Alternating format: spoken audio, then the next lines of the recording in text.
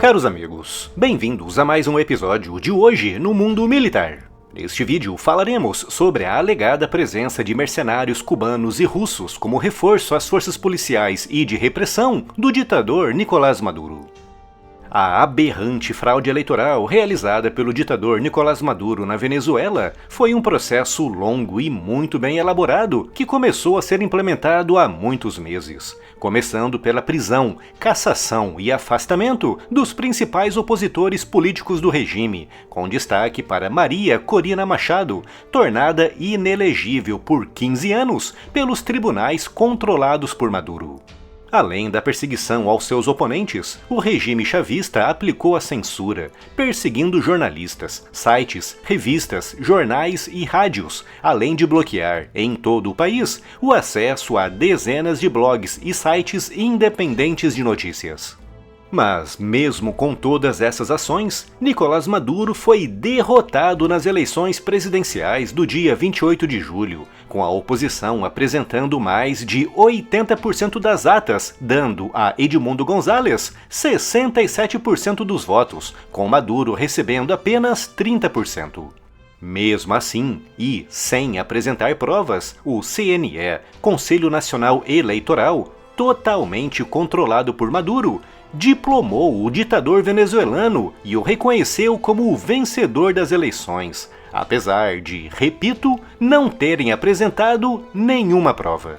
Ou seja, o ditador Maduro, que efetivamente conta os votos na Venezuela, simplesmente disse que venceu as eleições, passando a acusar a oposição de fascismo e de golpe de Estado.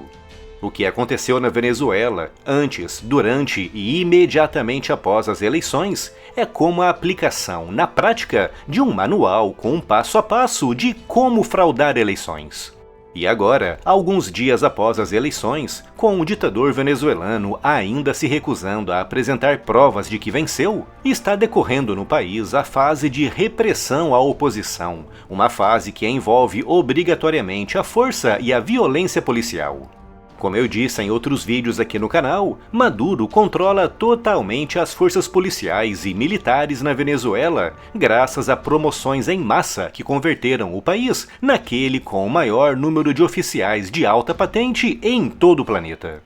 E foi justamente para demonstrar todo o seu apoio incondicional que os comandantes, liderados pelo ministro da Defesa Vladimir Padrino López, divulgaram um vídeo acusando a oposição de fazer parte de um alegado movimento fascista internacional de ultradireita, com a missão de promover um golpe de Estado para derrubar Nicolás Maduro do poder. Um poder que, é sempre importante lembrar, ele detém de forma ilegal, recusando-se a fornecer provas de que efetivamente recebeu os votos que disse ter recebido.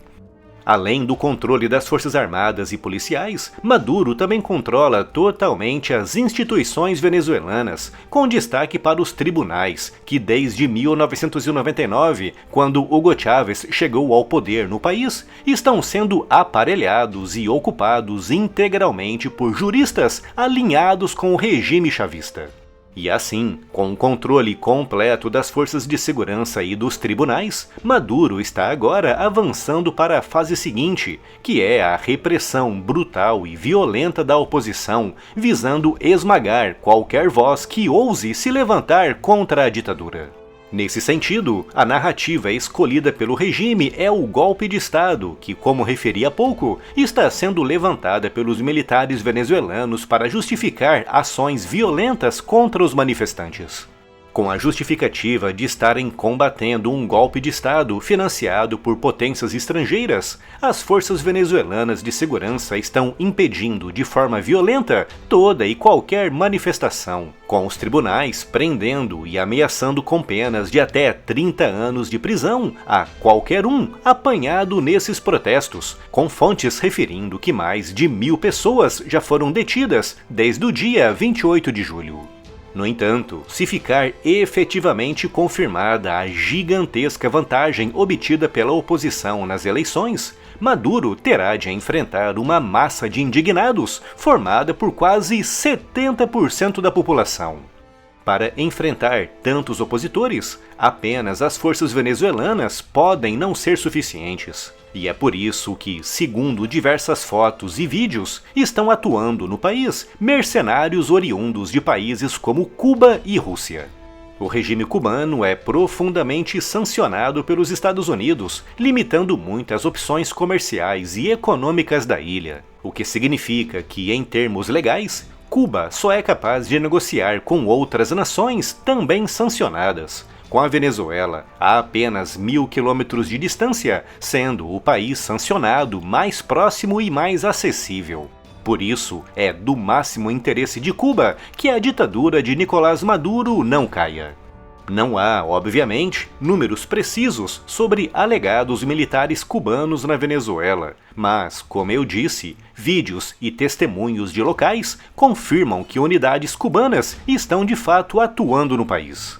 No caso dos russos, as primeiras evidências da presença de mercenários surgiu após os protestos de 2017, com as primeiras provas mais claras surgindo no início de 2019, com a Reuters citando 3 fontes distintas, referindo que um número não determinado de mercenários do grupo Wagner estavam operando no país. Segundo as fontes referidas pela Reuters, os mercenários russos receberam a missão de proteger Nicolás Maduro e membros de topo do seu regime. Uma missão que, segundo outras fontes, foi se expandindo com o tempo, passando a incluir também o treinamento de unidades venezuelanas e até mesmo o reforço das fileiras para missões especiais, como o sequestro e a neutralização de opositores.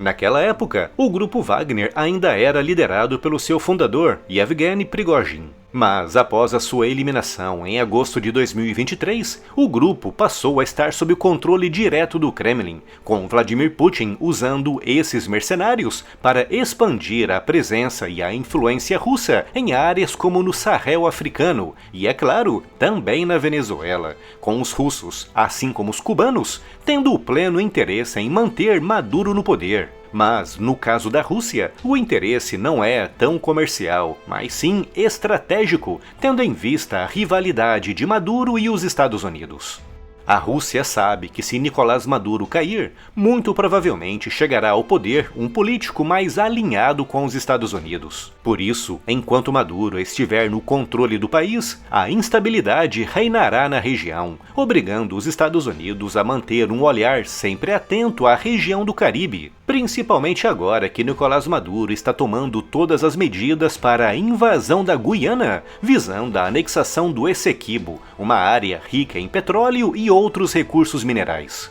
Essa animosidade de Maduro para com os Estados Unidos e a ameaça de uma guerra de invasão e conquista na América do Sul são elementos importantes para Vladimir Putin, pois forçam o Pentágono a manter recursos naquela região que, de outra forma, poderiam ser enviados para áreas de interesse russo, como é o caso da Ucrânia e do Mar Negro.